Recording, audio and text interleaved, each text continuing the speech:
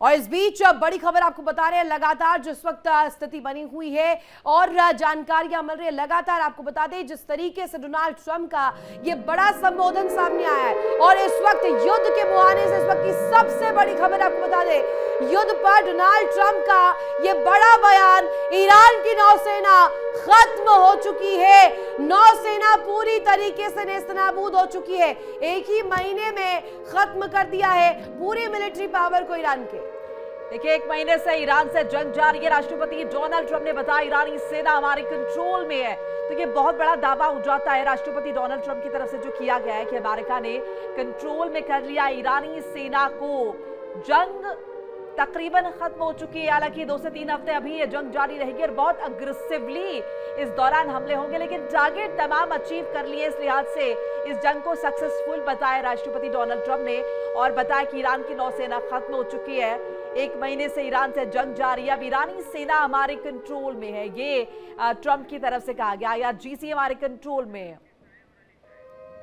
और इसी को लेकर के लगातार हम बातचीत भी करें, हमारे साथ खास मेहमान कनेक्ट है, मेजर मोहम्मद अली शाह हमारे साथ कनेक्ट है, साथ ही साथ आशीष सहाय सर हमारे साथ कनेक्ट है। दोनों का एक दफा फिर से स्वागत करना चाहूंगी। पहला सवाल अली शाह सर आप ही से कि हम लोग देखते हैं कि एक जो देश सुपर पावर के तौर पर अभी तक उभरता रहा है, लेकिन उसी का एक राष्ट्रपति डोनाल्ड ट्रंप जिसने अपनी पुरानी हुकूमत पर सवाल खड़ा कर दिया, कहा कि ओबामा ने जो गलतियां की, उन्होंने पुराने राष्ट्रपतियों का जो पूरा लेखा जोखा यहाँ पे प्रेजेंट किया है, दिखाया कि वो गलतियों को मैं सुधार रहा हूँ, अमेरिकियों को सुरक्षित करने के नियत से ये अटैक किया गया है। और 241 लोग जो मारे गए थे इजराइल में, उसमें अमेरिकी भी शामिल थे और उसी नियत को यहाँ पर मैं जग जाहिर कर रहा हूँ कि ये कोई तेल का खेल नहीं चल रहा है, हमें तेल नहीं चाहिए ईरान का, ना हमें रजीम चेंज करवानी है। फिर चाहते क्या है डोनाल्ड ट्रंप?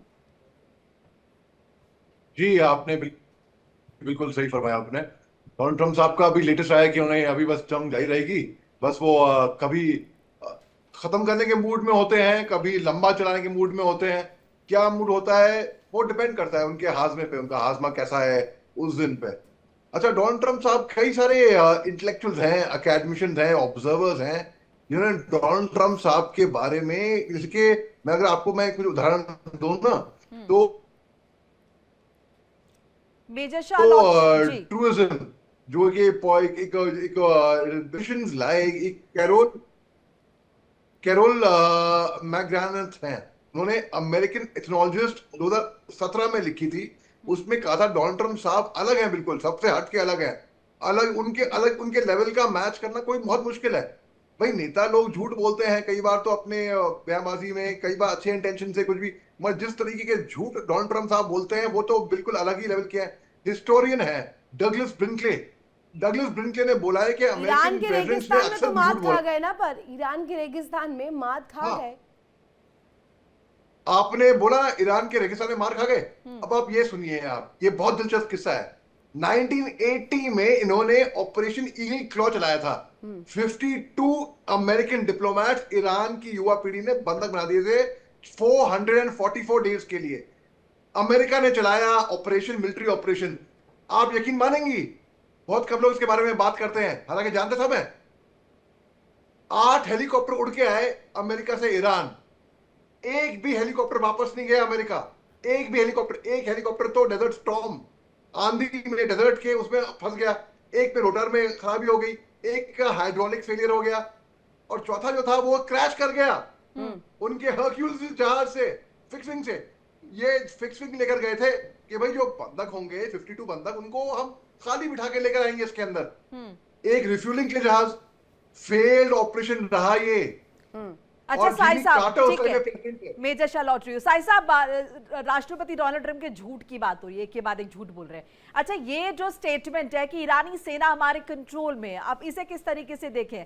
आईआरजीसी पर कंट्रोल कर लिया है यहाँ पर, और 2 से 3 हफ्ते जंग भी जारी रहेगी। Monika, is Trump America? Is America Trump? Absolutely not. इस सवाल का जवाब दुनिया को और मेजर जितने भी एनालिस्ट हैं दुनिया में उनको करना पड़ेगा। If we are talking Trump, तब फिर अमेरिकन फॉरेन पॉलिसी और बिफोर ट्रंप हुए गए किसी भी हमले का जिक्र करना उस एनालिसिस को लिक्विडेट कर देता थोड़ा। तो अगर अभी हम ट्रंप पे ही रहें, yes he is a pathological liar, but at the same time वो कमांडर इन चीफ है। तो कमांडर इन चीफ होते हुए वो अगर सेंटकॉम का या ब्रैड कूपर का अगला स्टेप क्या होने वाला है, क्या क्या पॉसिबिलिटीज रखी गई हैं उनके सामने, क्या ऑप्शंस, वो नहीं बता सकते।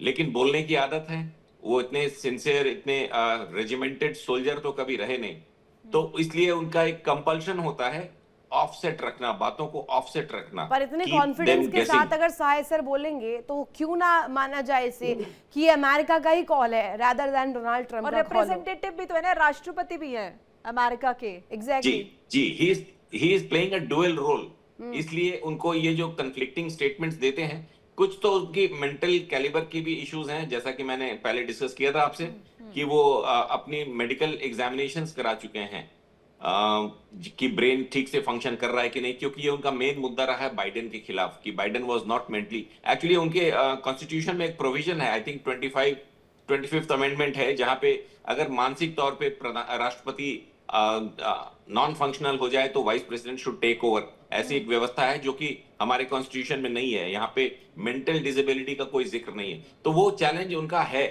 लेकिन एट द सेम टाइम मैं ये भी बताना चाह रहा हूँ, इस वॉर से वो बहुत ज्यादा बिजनेस भी डेवलप कर रहा है, not only for America, for the Trump family. ये तीसरी बार है आज जब उन्होंने तेल के बारे में कुछ ऐसा बोला कि हम हॉर्मुज पे नहीं कुछ करने जा रहे, जिसको चाहिए ले लो, हमसे खरीद लो। इसके ठीक पहले के जो इनसाइडर्स इंफॉर्मेशन, इनसाइडर बाइंग होती है, ये थर्ड टाइम है। एक इस 28 फरवरी के हमले के ठीक पहले मेजर बाइंग्स हुई थी और कुछ 18-20 कंपनीज ने, जिसमें ट्रंप की फैमिली की भी कंपनीज हैं, बहुत मेजर गेन्स किए थे। फिर जब उन्होंने ट्रुथ सोशल पे लिखा कि I am please to announce कि मेरी बात हो रही है ईरान के हाईएस्ट लेवल पे और हम इसको सॉल्व करने वाले हैं, नहीं तो हम इनका नेस्तनाबूद कर देंगे, उसके ठीक 15 मिनट पहले काफी तेज बाइंग हुई थी ऑयल में और 800 करोड़ यूएस डॉलर्स के बेनिफिट्स। तो ये चीजें ब्लूमबर्ग या जितनी नहीं, भी पर एनालिस्ट ये हैं वो इसको उनके स्टडी। देश में भी तो चल रहा होगा ना सर, जैसा कि आपने बहुत क्रूशियल पॉइंट उठाया है कि हम अमेरिका के पक्ष को, डोनाल्ड ट्रंप का पक्ष अगर सही मान रहे हैं, दोनों को एक साथ रिलेट कर रहे हैं तो ये लिक्विडिफाई हो जाएगा। लेकिन अगर मैं सीधे तौर पर देखूं, क्यों ना दुनिया देखे, क्योंकि सुपर पावर है, वो सुपर पावर के राष्ट्रपति है, अगर राष्ट्रपति नहीं बोलेगा तो कौन कॉल लेगा। और अगर वो इतना बड़ा पॉइंट रख देते कि हमने पूरे नेवल फोर्स को ईरान की खत्म कर दिया है, नेस्तनाबूद कर दिया है, तो ये कोई छोटा कॉल तो है नहीं सर कि रात में सोए सोचकर कुछ और सुबह उठकर कुछ और बता दिया। रितु, उन्होंने जून में बोला था कि हमने न्यूक्लियर प्रोग्राम खत्म कर, ऑब्लिटरेट वर्ड को कम से कम 7 बार उसने इंटरनेशनल मीडिया के सामने यूज किया था, जबकि IAEA ने और उनकी अपनी एजेंसीज ने बोला था कि yes we have hit the targets, but किसी ने ऑब्लिटरेट वर्ड नहीं यूज किया था। और विद इन मंथ्स हमें पता चला कि अमेरिकी राष्ट्रपति या तो ऑब्लिटरेशन का मतलब नहीं जानते या उनको ईरान के न्यूक्लियर प्रोग्राम के बारे में बहुत कम जानकारी दी है CIA ने। नॉन सीरियस बोले उन्हें। ही डज नॉट अंडरस्टैंड कि वो ऑब्लिटरेशन बोल के और 6 महीने बाद फिर से उसी मुद्दे पे अटैक करेगा तो दुनिया में क्या होगा, क्या मैसेज जाएगा regarding the sincerity of American efforts. अगर रेजिम चेंज, कभी रेजिम चेंज करना है, कभी नहीं करना है, कभी ईरान से बात करनी है, नहीं करनी, ईरान से बात कर रहे हैं और ईरान कहता है नहीं कर रहे। इस तरह का इंटरनेशनल लेवल पे इस जो डिप्लोमेसी होती है उसमें इतना इमैच्योर, इतना एक्सेंट्रिक बिहेवियर बहुत ही डैमेजिंग होता है। क्योंकि कोई भी टीम, जैसे Iran rightly is refusing to talk to him, कहते हैं इनसे बात करने का कोई मतलब नहीं है। और ऊपर से जो उन्होंने एक टीम बनाई है नेगोशिएशन की, उसमें विटकॉफ और उनके वाइस प्रेसिडेंट, जिनको ईरान प्रोबेबली रिकॉग्नाइज नहीं करता है। The only person left is Marco Rubio, जो G7 से बात करके आया है, अभी पहली बार उसने अल जजीरा को, which is a very positive development. 2 दिन पहले Marco Rubio was available to Al Jazeera. Al Jazeera या दोहा की कुछ और पावर्स जो हैं मीडिएशन का काम कर रही हैं, सिंसियर, अनलाइक पाकिस्तान जो कि सिर्फ एक फ्लैश पॉइंट बनने के लिए अपने मतलब अपने देश को ही संभाल ले पहले। अच्छा, मैं लौट रही हूं आपके पास। मेजर शाह, आपके हिसाब से राष्ट्रपति डोनाल्ड ट्रंप का अगर हम कंपैरिजन करें पिछली सरकारों से, क्योंकि उन्होंने भी किया ना आज अपने संबोधन में, उन्होंने बोला कि पिछली सरकारें जो थी वो असफल थी और उन्होंने जो किया है वो आज हमें भुगतना पड़ रहा है, मैं वही साफ कर रहा हूं, मैं वही सब करेक्ट करता जा रहा हूं। इसके उलट राष्ट्रपति डोनाल्ड ट्रंप के जो स्टेटमेंट्स हैं, जिसके बारे में हम सब डिस्कशन कर रहे हैं कि वो इतने नॉन सीरियस हैं, या फिर कहें कितने फनी हैं, या फिर कहें कितनी डिस्पैरिटी है कि अभी आप कुछ कह रहे फिर आप कुछ कह रहे, क्या इससे ओवरऑल अमेरिका की इमेज पर इंपैक्ट पड़ता है? मेजर शाह, आपने बहुत ही सही बात कही है, और सर की बात को और आगे बढ़ाते हुए बिल्कुल सटीक बात देखिए, एक जहां आप राष्ट्रपति जब भवन चले जाइए, आप देखिएगा प्रीवियस प्रेसिडेंट शान सेन की पोर्ट्रेट लगा रखी है, पिक्चर लगा रखे हैं, एक लेगेसी होती है। डोनाल्ड ट्रंप साहब ने एक व्हाइट हाउस के अंदर, इतनी शर्म की बात है, अपने प्रेडिसेसर्स के बारे में अनाप शनाप कुछ ना कुछ लिख करके, ये बहुत डरपोक प्रेसिडेंट था, और ये था, ये फेलियर था, ये था, मैं ही हूं, बस मैं ही हूं। ये नार्सिसिस्ट होता है, माइंडसेट होता है ये, कि हर कोई था, वो बेवकूफ था। हाँ भैया, वो आया, वो बेवकूफ, वो बेवकूफ, वो बेवकूफ, आप ही सही हो बस। और अगला जो राष्ट्रपति आएगा ना अमेरिका में, वो अगले 4 साल अपने टर्म में, पूरे 4 साल हाथ जोड़ के दुनिया से माफी मांगेगा कि भैया एक आदमी आया, उसने पूरी दुनिया में अफरा तफरी मचा दी, तहस मचा दी। 2 कदम आगे मैं जाती हूँ, 2 कदम मैं आगे जाती हूँ। अगर लेमैन लैंग्वेज में से देखें तो ये वैसा प्रतीत नहीं होता आपको कि एक खिसियाए फूफा जी हैं शादी में, वैसे ही डोनाल्ड ट्रंप जो है एक्ट करते हैं, एक छोटी सी चीज़ और फिर वो खिसिया जाते हैं कि भैया न्यूक्लियर प्रोग्राम हमारे हिसाब से नहीं चल रहा, इसे भी रोक दो। वेनेजुएला तेल नहीं दे रहा, उसे भी उसकी हुकूमत को हॉस्टाइल बना लो। क्यूबा, ग्रीनलैंड, ये सारे एग्जाम्पल्स तो है ही। तो ये इस तरीके का रोल अदा करके डोनाल्ड ट्रंप दिखा क्या रहा है दुनिया को कि वो इमेच्योर बिहेवियर, चाहे कितना ही उनका तजुर्बा हो, उनका एक्सपीरियंस हो, वो दिखाता है कि किसी और की लड़ाई में खुद फूफा बनने चले हैं और खुद अपने नागरिकों को कहीं ना कहीं टारगेट करवा रहे हैं। 100%। देखिए ऋतु जी, देखिए डोनाल्ड ट्रंप, बल्कि अमेरिका ओवरऑल, जैसे साहिर सर ने बोला कि अमेरिका है तो डोनाल्ड ट्रंप है तो अमेरिका। ट्रंप पे अब तक मिलिट्री एक्शन का रखा है, कोई वो नहीं बोलता कि अमेरिका ने जो किया, जो मासूमों की जानें गई हैं उसमें, वो गलत किया है। बल्कि इन्होंने 1953 में भी ईरान के अंदर जब वहां पे मोहम्मद मुर्सी से वहां पे प्रधानमंत्री बनकर आए थे, 1951 में आए थे वो। 1950, देखिए मैं आपको हल्का सा, अगर मेरे को 2 मिनट दीजिए, 1908 में पहली मर्तबा ईरान ऐसा मुल्क था जहां पर मिडिल ईस्ट गल्फ में तेल डिस्कवर हुआ, मस्जिद ए सुलेमानी में से। तो अमेरिका ने बोला भैया यहाँ पर तो तेल आ रहा है, हम क्यों ना इसका मुनाफा लें। फिर 1940 में 14 to 1918 पहला विश्व शुरू हो गया, 1939 to 1945 दूसरा विश्व शुरू हो गया।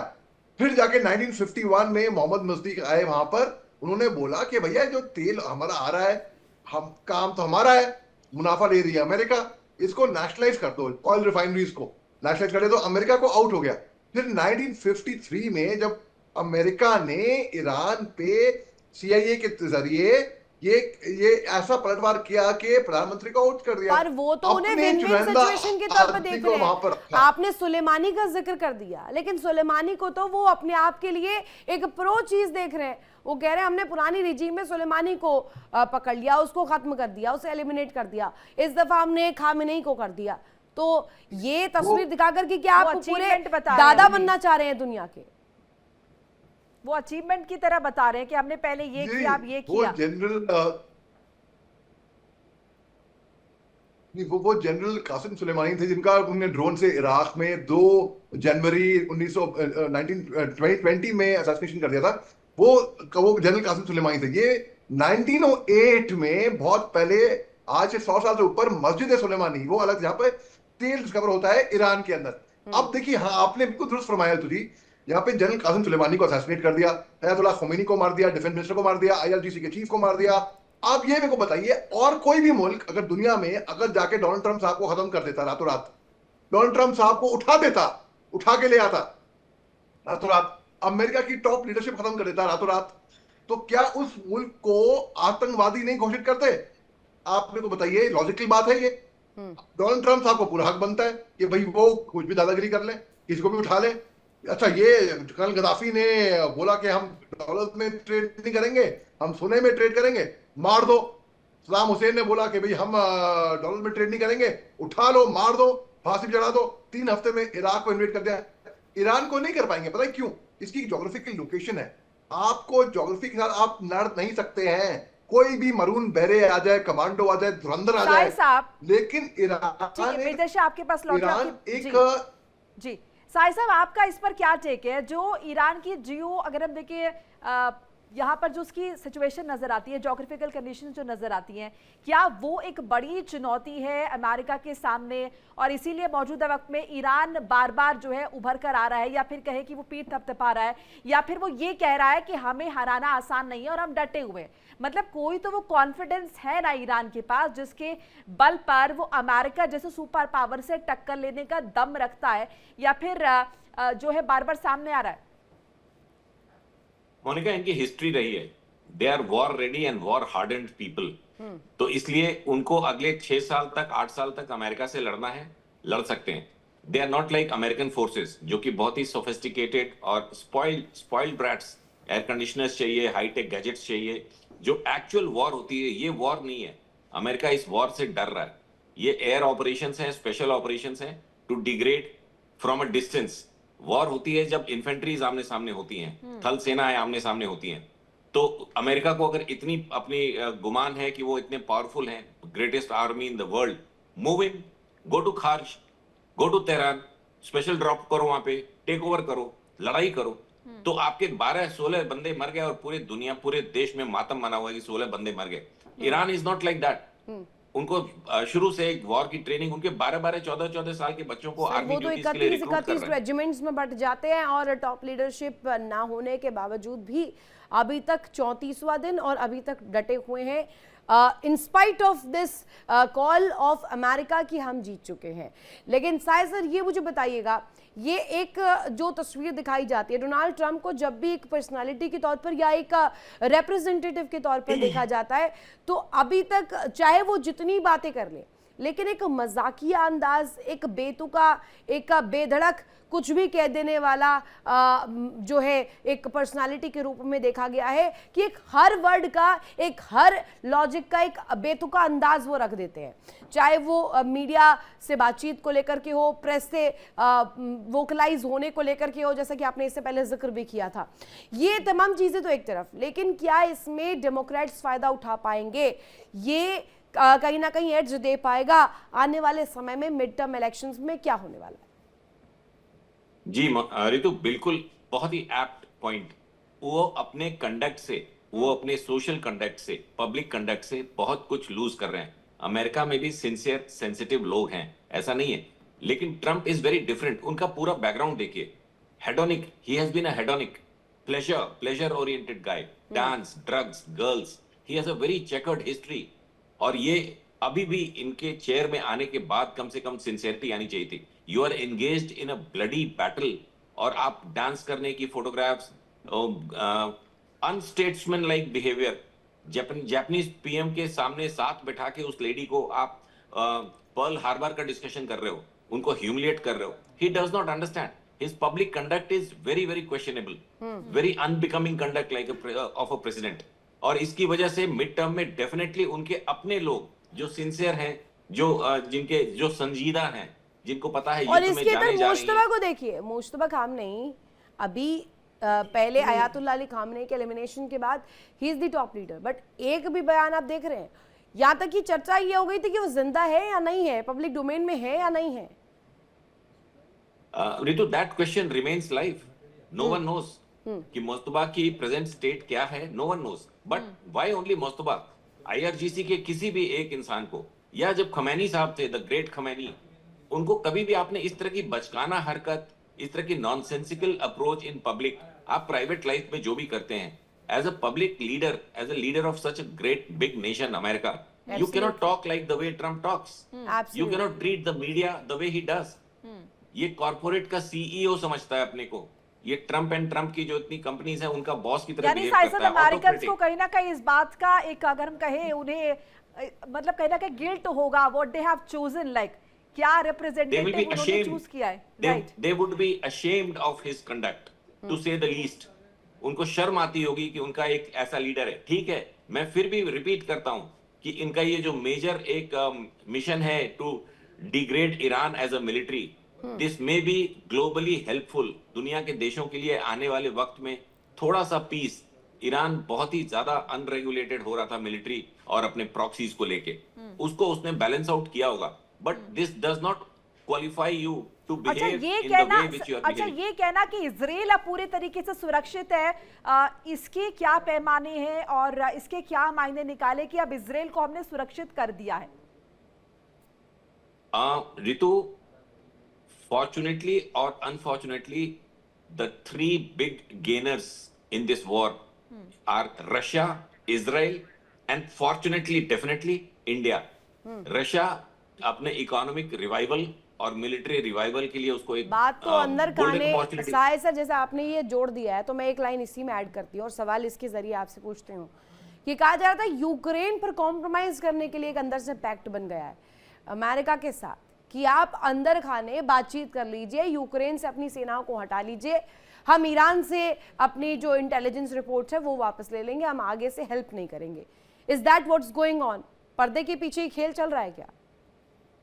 A lot is going on between Kremlin and Washington. A lot is going on. Surprisingly, वो मीडिया का इन्वेस्टिगेटिव पोर्शन पिछले कुछ दशकों से थोड़ा सा सुषुप्तावस्था में है, जो 3-3, 4-4 साल एजेंट्स काम करते थे और कुछ स्कूप्स लेकर आते थे। पुतिन और ट्रंप के बीच में बहुत कुछ चल रहा है और ये ईरान पे हमला, यूक्रेन रशिया वॉर के बैकग्राउंड में बहुत कुछ और है जो शायद एक लेमैन को उसमें इंटरेस्ट नहीं होगा, लेकिन there are lot of things happening which will define the world order in the coming days. Absolutely. हाँ, हमारे साथ जी हमारे साथ सर कर्नल शिवदान भी जुड़ चुके हैं। शिवदान जी, आपका भी स्वागत है और संबोधन आपने निश्चित तौर पर सुना ही होगा क्योंकि लगातार इस पर हम कई दिनों से चर्चा करें, तकरीबन 1 महीने से ज्यादा का वक्त हो चुका है।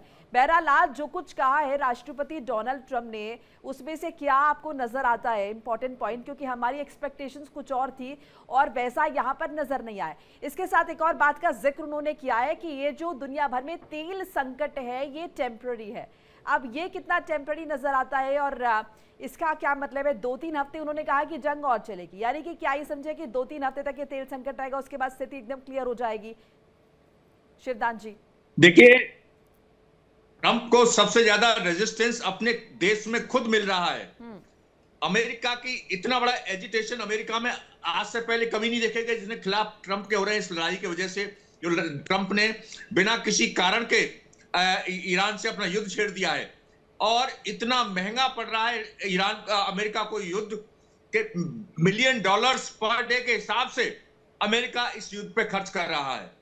तो इकोनॉमी अमेरिका की बुरी तरह इफेक्ट हो रही है इस युद्ध के कारण और जितनी महंगी मिसाइल्स और ड्रोन्स अमेरिका इस्तेमाल कर रहा है, एक मिसाइल्स बहुत बहुत महंगी आ रही है। इसलिए ये अमेरिका की जनता, जो जैसा कि अभी गृह साहब ने कहा है, वहां की जनता पूरी बिजनेस ओरिएंटेड माइंड की जनता है और वो इस तरह की वेस्टफुल एक्सपेंडिचर को बिल्कुल भी सपोर्ट नहीं कर रही है। शिवदान जी, वो तो इसके कह रहे हैं अलावा 2 से 3 हफ्ते में और ज्यादा अग्रेसिव होगा युद्ध। अगर अग्रेसिव होगा तो यानी कि और ज्यादा चीजों का इस्तेमाल होगा, और ज्यादा मिसाइल अटैक होंगे। देखिए, हाँ, ये अपना फेस सेविंग कर रहा है प्रेसिडेंट ट्रंप। अदरवाइज आप कह रहे हैं कि बचने की कोशिश है, आप फंस गए हैं तो अपने आप को डिफेंड कर रहे हैं, इज्जत बचा रहे हैं अपनी। देखिए, ऐसा है, आजकल का युद्ध जो हो रहा है सीमाओं पर, पहले युद्ध जो आमने सामने सैनिकों का लड़ा जाता था तो उसका पता लगता था कौन सा देश जीत रहा है, कौन सा देश हार रहा है। आजकल देश टेक्निकल हो गया है जिसमें कि मिसाइलों, ड्रोनों, रॉकेटों से युद्ध लड़े जा रहे हैं। तो अमेरिका इतनी दूर बैठा हुआ है तो उसको जो है उसको एक समझ लीजिए कि पुल आउट ही है कि ऑकेजनली कभी इधर फायर कर दिया, एक सवाल शाह सर से। मेजर शाह जी, एक स्पॉइल्ड रिप्रेजेंटेटिव, एक ऐसा पर्सन जो कि रईस ज़ादा, हमारे भारत में कहा जाता है रईस ज़ादा, और रईस ज़ादे के जंगी बेड़े से एक एक करके एक वो मिसाइलों का पूरा जो खेप निकालता है, उसके ज़रिए एक ऐसे देश पर अटैक करता है जो कि उससे मिलिट्री पावर में कितने गुना कम है, लेकिन ये दिखाने की दुनिया को कोशिश करता है कि मागा, मेक अमेरिका ग्रेट अगेन, और इसके साथ साथ एक और अप्रोच देता है कि हम तो पूरी दुनिया को, पूरी इंसानियत को सेव कर रहे हैं, इजराइल और सिर्फ अमेरिका इसमें नहीं है। लेकिन क्या ये वो दिखाता है कि उनका रिप्रेजेंटेशन फेल हो गया, क्योंकि उनके सहयोगी देश भी साथ नहीं दे रहे थे। कीर स्टारमर का बयान यहाँ पर कोट करो, जॉर्जिया मेलोनी का कोट करो, फ्रांस के जो है रिप्रेजेंटेटिव इमानुएल मैक्रोन, उनका कोट कर दीजिए। सभी ने तो हाथ छुड़ा लिया, पीछा उनका छोड़ दिया है। तो जी आपने बहुत ही बेहतरीन बात करी है, और क्योंकि मैं इस देश के सबसे बेहतरीन एंकर आप मोनिका जी और सबसे बड़े एनालिस्ट साहिल साहब, शिवदान साहब के साथ में हूं, मैं ये मौका जरूर लूंगा। आपने फ्रांस इमानुएल मैक्रोन की बात करी, तो हैदी टेक्सेल ने लिखा था, जो कि फ्रेंच के बारे में लिखा था, कि Reuters institute for study of journalism जो 2017 में छपी थी, उसमें लिखा था कि डोनाल्ड ट्रंप साहब ने इतना झूठ बोला है कि फ्रेंच हिस्ट्री में या कहीं भी दुनिया में आप ढूंढे, इतना झूठ किसी ने नहीं बोला है। मैं कोट करूंगा, आपने कोट की, मैं कोट करूंगा डोनाल्ड ट्रंप साहब को। डोनाल्ड ट्रंप साहब ने साइको एनालिटिकल डायलॉग 2019 में छपी थी, एक जानवर बोला है, झूठ बोलने वाला जानवर, जेरेमी एडम स्मिथ, उन्होंने बोला है कि जो झूठ बोलना है ना, वो उनकी आदत है, वो एक फीचर है तो एक कॉर्पोरेट सीईओ की तरह वो एक्ट कर रहे हैं, रादर देन देश के रिप्रेजेंटेटिव। बिल्कुल जी, एक मिनट देगा, प्लीज ये कुछ कोट हैं, क्योंकि सबसे बेहतरीन दुनिया के best observers, best intellectuals, best academicians को मैं यहां पर कोट कर रहा हूं, जिनके बारे में मैंने पढ़ा है। थॉमस बी एड्सल ने लिखा था, डोनाल्ड ट्रंप ने वो कुछ भी बोल दें, उनको हल्के में लेना चाहिए। जॉर्ज सी एडवर्ड III ने बोला था कि डोनाल्ड ट्रंप कुछ भी बोलते हैं। अच्छा, मैं आपको बड़ा एक दिलचस्प बात बताता हूं, स्टीफेनी ग्रिसम इनकी प्रेस सेक्रेटरी थी। मेजर शाह, आपकी आवाज में कुछ थोड़ा टेक्निकल फॉल्ट आ रहा है, आपके पास लौट रहे हैं। साई साहब, जिस बात का जिक्र यहाँ पर मेजर शाह भी कर रहे हैं और हम भी लगातार बात कर रहे हैं, वो नॉन सीरियसनेस की, क्या ये भी एक बड़ी वजह है जिस वजह से जो तमाम देश है, चाहे वो नेटो कंट्रीज की बात हो, दूसरे देशों की बात हो, उन्होंने पल्ला झाड़ लिया है, राष्ट्रपति डोनाल्ड ट्रंप के साथ नहीं खड़े हो रहे हैं और ये कह रहे हैं कि आपकी निजी जंग है, आप खुद ही लड़े? क्या ये भी एक बड़ा फैक्टर है? साई साहब। मोनिका, सबसे बड़ी बात है कि उनका कोई study thought line, thinking process नहीं दिख रही है।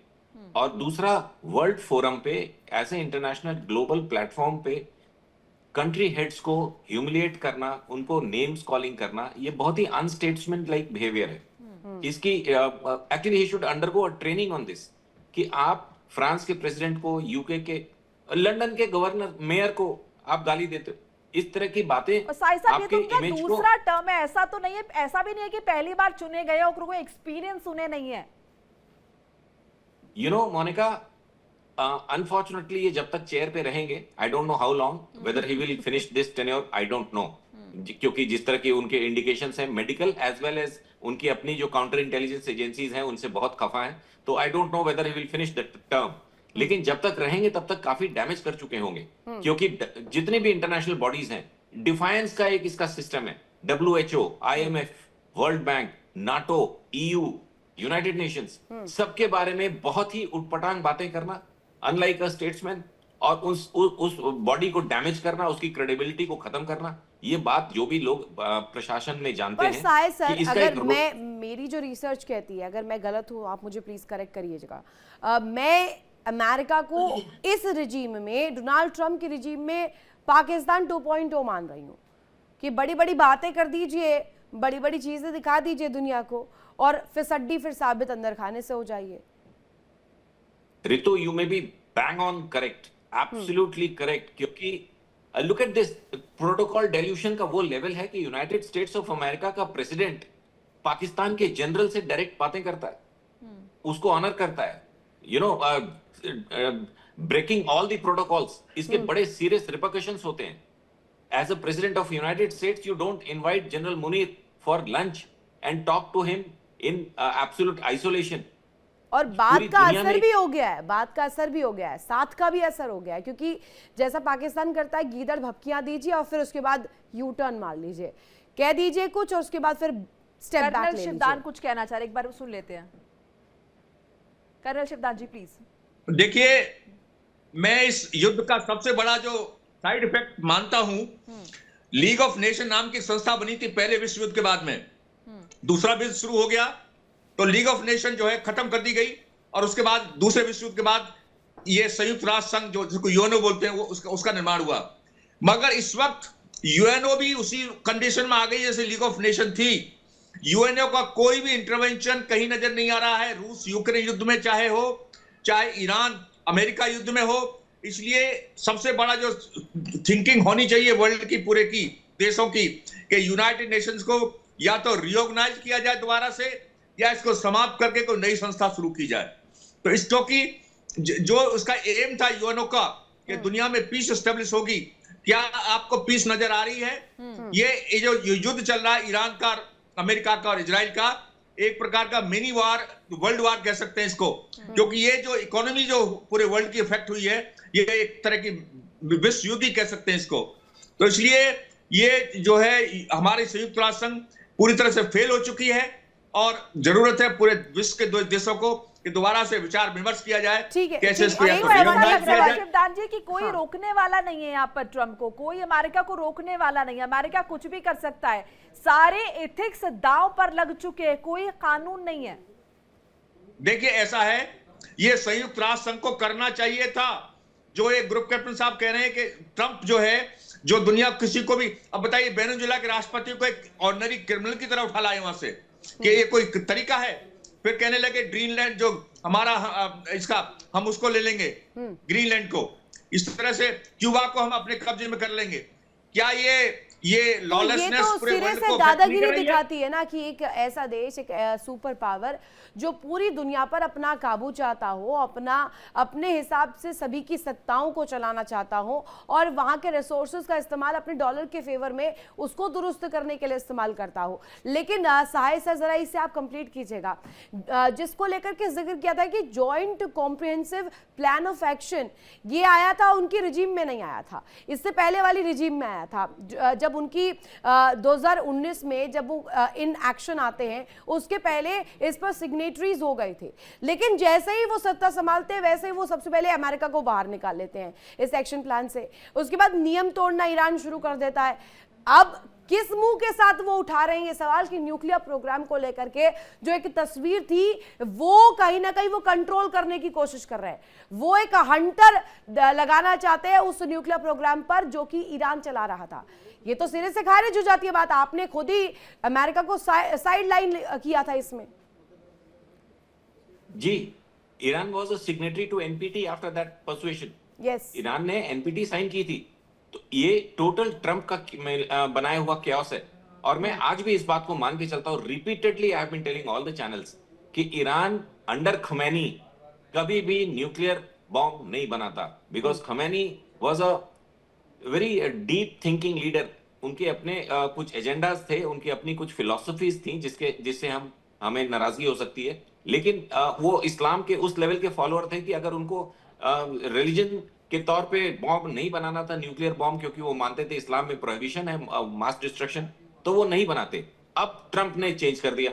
We don't know next leadership या आईआरजीसी जो हेडलेस है वो क्या करेगी। अब शायद वो यूरेनियम को और इनरिच करेंगे। तो if we can contain ourselves खुद को ये दुरुस्त बताकर या खुद को बेहतर बताकर क्या प्रूव करना चाह रहे हैं?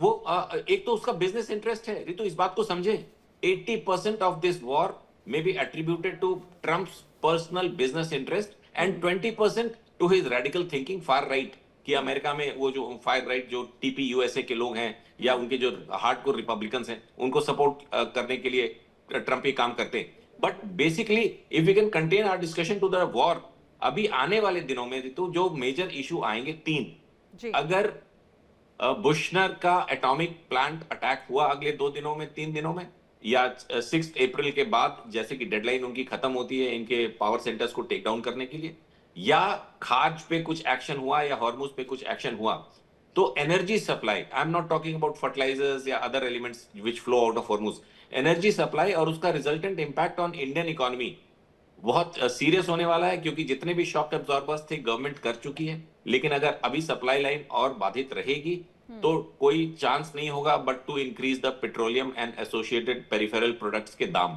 जो कि इन्फ्लेटरी होते हैं नेचर में, क्योंकि हर चीज पेट्रोल से रिलेटेड है। तो उसके लिए हमें क्राइसिस के लिए एक तैयार रहना पड़ेगा। We are not going to buy American oil. Venezuela का जो खरीदते थे वो अमेरिकन कंट्रोल में है, वो चलता रहेगा। रशिया से हमने काफी तेज वापस अपने रिजर्वॉयर्स भरने शुरू किए हुए हैं। लेकिन अगर ये अगले 2-3 दिनों में कोई मेजर अटैक होता है ऑन बुशनर या कुछ और इनके जो मेजर एटॉमिक प्लांट्स हैं, उससे उनकी बिजली जाए ना जाए, क्योंकि ईरान में तेल ही तेल है और जनरेटर्स चलते रहेंगे सालों तक। ये बात पेंटागन को या अमेरिकन प्रेसिडेंट को समझनी पड़ेगी कि उनके इलेक्ट्रिकल संयंत्रों को उड़ाकर अगर आप वो अचीव करना चाह रहे हो जो मिलिट्रीज नॉर्मल केस में करती हैं लड़ाई के समय, पावर प्लांट्स उड़ा दो तो पावर खत्म हो जाता है। एक और सवाल इसी से जुड़ा हुआ, एक जो टर्म इस्तेमाल किया है डोनाल्ड ट्रंप ने, वो टर्म ये था कि वी आर अनस्टॉपेबल। तो अनस्टॉपेबल है या सच्ची में ये दिखाने की कोशिश है, एक रफू लगाने की कोशिश है, जो घाव लग चुके हैं उसे दुनिया के सामने और अपने देश में खास तौर पर दिखाने की कोशिश है कि ऐसा कुछ नहीं है, अमेरिका अपने मिशन पर आगे बढ़ रहा है।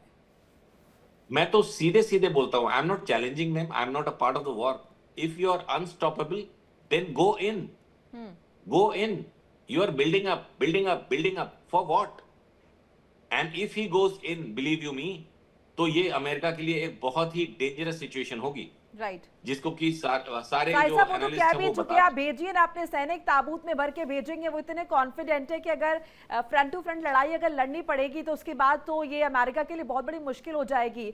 मेजर शाह, आपसे मैं समझने की कोशिश कर रही हूँ, जो साहिब साहब इस बात का जिक्र भी कर रहे हैं कि भाई वहां पर अगर आप उनके पावर प्लांट्स पर हमला करेंगे तो उन पर कोई असर पड़ने वाला नहीं है, तो क्या अमेरिका अभी तक इस बात को समझ नहीं पाया कि कहां पर अटैक करना चाहिए ईरान में, या फिर कहां पर ज्यादा चोट लगेगी, या फिर वो भी जैसे ईरान जिस तरीके से शुरू में हमले कर रहा था ना कि बस ताबड़तोड़ हमले, और कभी आप खाड़ी देशों पर कर रहे हैं, कभी आप इजराइल पर कर रहे हैं, मतलब आप बस कर रहे हैं, सो वही स्थिति अभी अमेरिका की नजर आती है।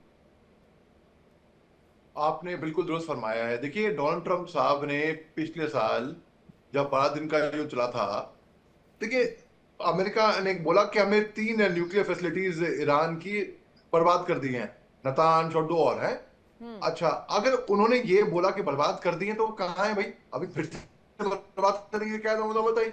हाँ। उन्होंने फिर भी ये कहा कि हमने टॉप लीडरशिप ईरान की खत्म कर दी है। हाँ। अगर उन्होंने टॉप लीडरशिप ईरान की खत्म कर दी है तो वो बात किसे कर रहे हैं भाई?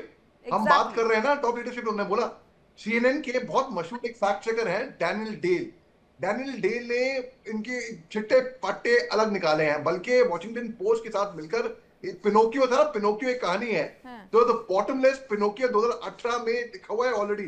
बल्कि कई लोग हैं जो इनके राष्ट्रपति बनने से फर्स्ट टर्म से पहले ही इनकी ओल्ड हैबिट्स डाई हार्ड कहते हैं ना, ये पहले से ही झूठ बोलते आए हैं। पर अगर ये नतान्ज गिनवा रहे हैं, मेजर शाह नतान्ज गिनवा रहे हैं, तो इनके डिमोना, आराद और इनके हाइफा पर भी तो इक्वली अटैक हुए हैं। बिल्कुल 100%। देखिए, बल्कि हैरी फ्रैंकफर्ट थे, उन्होंने इन्फ्लुएंशियल 2005 में किताब लिखी थी ऑन बुलशिट, इसका किताब का नाम है बेसिकली बाय द वे। तो उसमें बताया कि भाई बकवास का फर्क क्या है और झूठ बोलने का फर्क क्या है। डोनाल्ड ट्रंप क्योंकि जो झूठ बोलता है वो उसको परवाह करता है कि सच जो है, सच को छुपाता है। जो बकवास करता है, जो सच होता है, झूठ हो फटाफट। डोनाल्ड ट्रंप साहब मिक्स है, दोनों में हाइब्रिड है, झूठ भी बोलते हैं और बकवास भी करते हैं। जी हाइब्रिड है। बल्कि जीट हेयर ने 2015 में, मतलब डोनाल्ड ट्रंप साहब के पहले इलेक्शन, जीट हेयर ने ये लिखा था इनके बारे में। इनके बारे में ऐसा तो नहीं कॉकटेल मोनिका बन रहा है जो आप कह रहे हैं, इंटरप्रेट करने की कोशिश करते हैं ना इसको कि ये जो बकवास या झूठ जो भी है। शिवदास जी, आपके हिसाब से किससे बात कर रहे हैं, किससे बात कर रहा है अमेरिका? अब किससे शांति वार्ता चल रही है, फिर किससे वो शर्तों पर बात? क्योंकि IRGC तो उनके कंट्रोल में है, टॉप लीडरशिप उनके हिसाब से खत्म है, मुज्तबा का पता नहीं है, बात किससे चल रही है? गालिबफ है क्या वो शख्स? शिवदान जी, मैं बोलूं? जी शिवदान जी। देखिए, ऐसा है, अमेरिका ने ईरान की लीडरशिप, जो टॉप लीडरशिप है खुमैनी की जो थी, उसको कभी रिकॉग्नाइज नहीं किया था। वो खुमैनी को चाहता नहीं था कि ईरान का जो पावर खुमैनी के हाथ में था कि इस्लामिक फंडामेंटलिस्ट के साथ ईरान में चल रही है 79 से, और उससे सबसे बड़ी डिमांड ये थी जो ईरान में एजिटेशन चल रहे हैं पिछले 30-40 साल से। शिवदास जी, आपकी आवाज में कुछ तकनीकी दिक्कत आपकी आवाज में आ रही है, आपके पास लौटेंगे। यही सवाल मेरा साहिब साहब से। साहिब साहब, किससे बात चल रही है? ये भी जरा पता चले। ये तो ये इन्होंने बता दिया IRGC हमारे कंट्रोल में है, टॉप लीडरशिप को हमने मार दिया, हमने सब अचीव कर लिया है, लेकिन बात चल रही है। अब किससे बात चल रही है, ये भी जो है सामने आना चाहिए। नोइंग हिम, वो वहां पे झूठ बोल रहे थे। अगर आपको याद हो, उन्होंने एक वर्ड यूज किया था जब किसी करस्पॉन्डेंट ने उनसे पूछा कि आप बात किससे कर रहे हैं, तो ही सेड कि I don't want to take his name, his life will be endangered, उसकी जिंदगी को खतरा हो जाएगा। ये झूठ था, क्योंकि उस वक्त वो पाकिस्तान के थ्रू, जैसा कि फॉरेन मिनिस्टर ऑफ ईरान ने बोला है कि थर्ड पार्टी मेडिएशन हो रहे हैं, और वो भी मेडिएशन नहीं हो रहे, एक खत की आवाजाही बोलते हैं ना, कि अमेरिका ने एक 15 पॉइंट प्लान बना के दे दिया पाकिस्तान को, पाकिस्तान ने उसको ईरान में फॉरेन मिनिस्ट्री को दे दिया, और ईरान की फॉरेन मिनिस्ट्री पिछले 6 दिनों से उस पर डिस्कस कर रही है। और जैसा कि वॉल स्ट्रीट जर्नल ने लिखा था परसों, या उसको न्यूयॉर्क टाइम्स ने लिखा था, कि कई रिपोर्ट्स IRGC तो कह रही है सर और कि कई रिपोर्ट्स तो ये भी है कि गालिबफ ही वो शख्स है। ये कितना आप मान रहे हैं? आई डोंट थिंक, बिकॉज देखो, हम जो कयास लगा रहे हैं, आर यू एक्चुअली शिवदास जी? मैं जी जी पिछले 10-12 दिनों से ईरान से मेरी डायरेक्ट बात नहीं हो पा रही है, इवन थ्रू अमेरिका अगर मैं कांटेक्ट कर रहा हूं तो they are not divulging some information.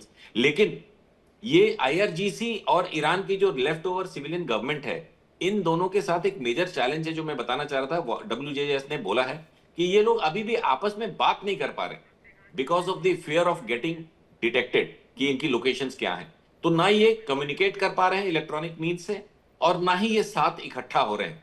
तो आपको क्या लगता है, ये जो IDF की पिन पॉइंटेड हिट्स हो रही हैं इनके एम्बुलेंसेस पे, ईरान में एम्बुलेंसेस को बहुत मारा जा रहा है, इसके पीछे एक हमास सवाल not साहिर Hamas- सर, इसी से कनेक्ट कर रही हूँ मैं जरा। अहमद मस्तखान हमारे साथ कनेक्ट हो गया, बलोच पत्रकार हैं, और क्योंकि बलोच हैं तो ये जानते भी होंगे कि वो दंश जो है, चाहे बलूचिस्तान को लेकर हो, पाकिस्तान की तरफ से खड़ा किया गया हो, या अंदर खाने जो ऑपरेशन चल रहे हो उसके जरिए हो, एक वर्ड का इस्तेमाल यहाँ पर किया गया था। मेरी दिलचस्पी बहुत वक्त से इस पर चर्चा करने की है, हाइब्रिड।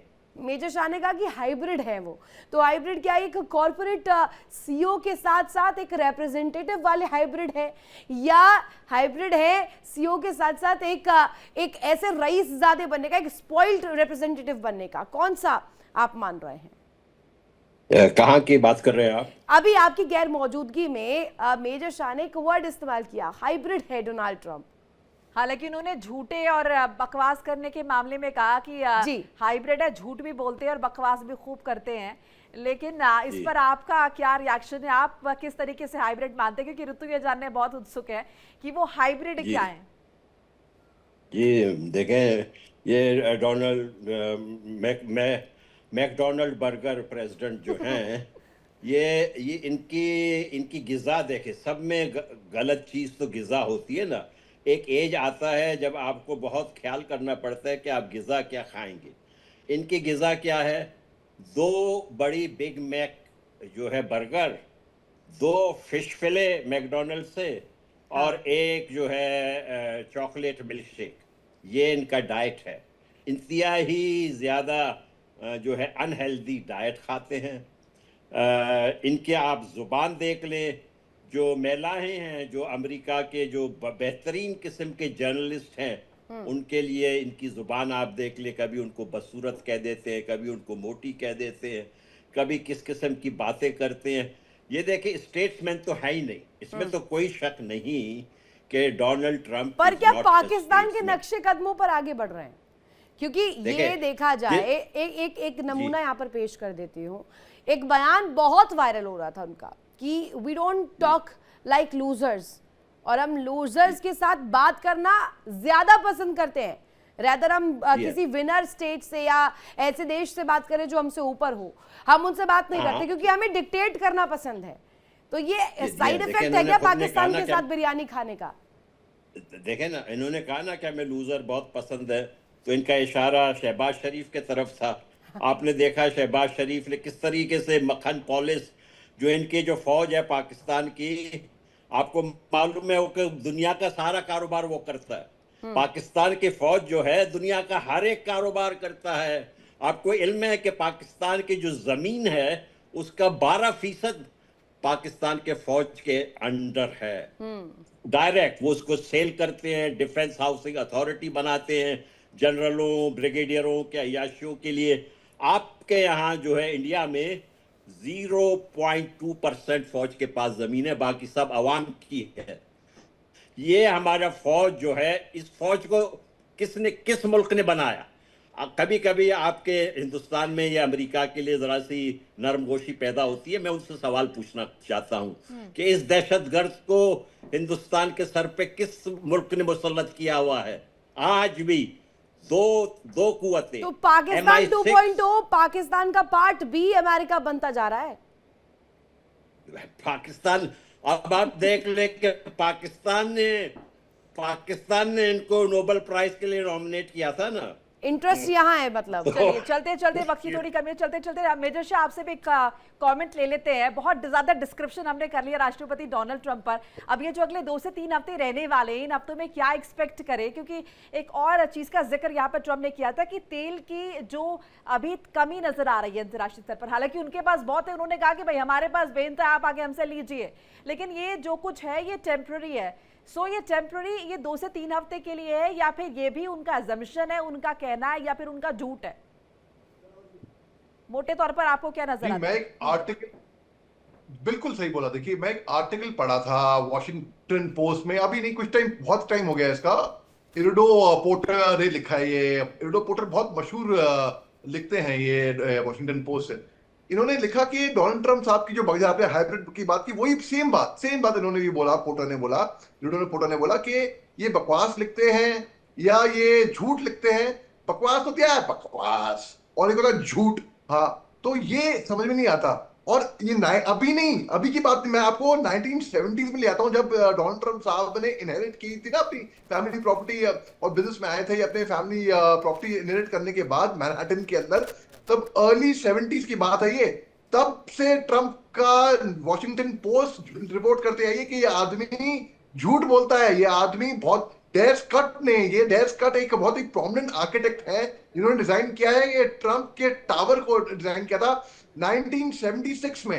इन्होंने बोला है कि डोनाल्ड ट्रंप साहब बहुत झूठ बोलते हैं। इतना तो इससे बढ़कर कुल मिलाकर लबोलाब आप कह रहे हैं कि सब बकवास। अभी जो आज संबोधन था, हाँ? उसमें केवल और केवल बकवास डोनाल्ड ट्रंप ने की। सहाय सर, इसे कंप्लीट भी कीजिएगा। और मेरा आपसे इसे जानने में इंटरेस्ट भी इसलिए है क्योंकि एक जो दिखाई जाती है तस्वीर, पूरी दुनिया को दिखाया जाता है कि डोनाल्ड ट्रंप एक घमंडी व्यक्ति है, एक इगोइस्टिक नेता, एक रिप्रेजेंटेटिव है। Correct me if I am wrong, but अगर ये तस्वीर दिखाई जा रही है, अगर इस पूरे सिनारियो को हम देखें, इससे पहले एक कान से हिट करती हुई एक जो गोली गई थी डोनाल्ड ट्रंप के, वो एक देखी गई थी, तो क्या ईगो को हिट कर गया था ईरान?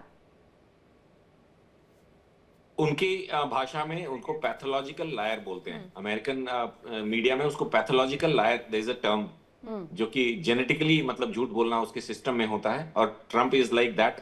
अभी तक FBI और उनकी सारी इन्वेस्टिगेटिव एजेंसीज ये नहीं पता लगा पाई, क्योंकि ही इज इन पावर, कि एप्स्टीन को अचानक सुसाइड करने का मन क्यों कर गया। मेरे हिसाब से तो वो मर्डर था, कोल्ड ब्लडेड मर्डर किया गया था उसका अंडर द लीडरशिप। तो एनीवेज, इनका present state, remember my words, the world after Trump, I will try to expand that sometimes later, the world after Trump, हम एक ऐसे इंसान से डील कर रहे हैं, पूरी दुनिया एक ऐसे मुहाने पे, चौराहे पे खड़ी है, जो सब कुछ बदल जाएगा आफ्टर हिज लीडरशिप। बहुत इंटरेस्टिंग है आप सबके साथ कॉन्वर्सेशन, लेकिन वक्त फिलहाल इतना ही था। बहुत बहुत शुक्रिया आप सभी का हमारे साथ जुड़ने के लिए, अपनी कीमती राय साझा करने के लिए।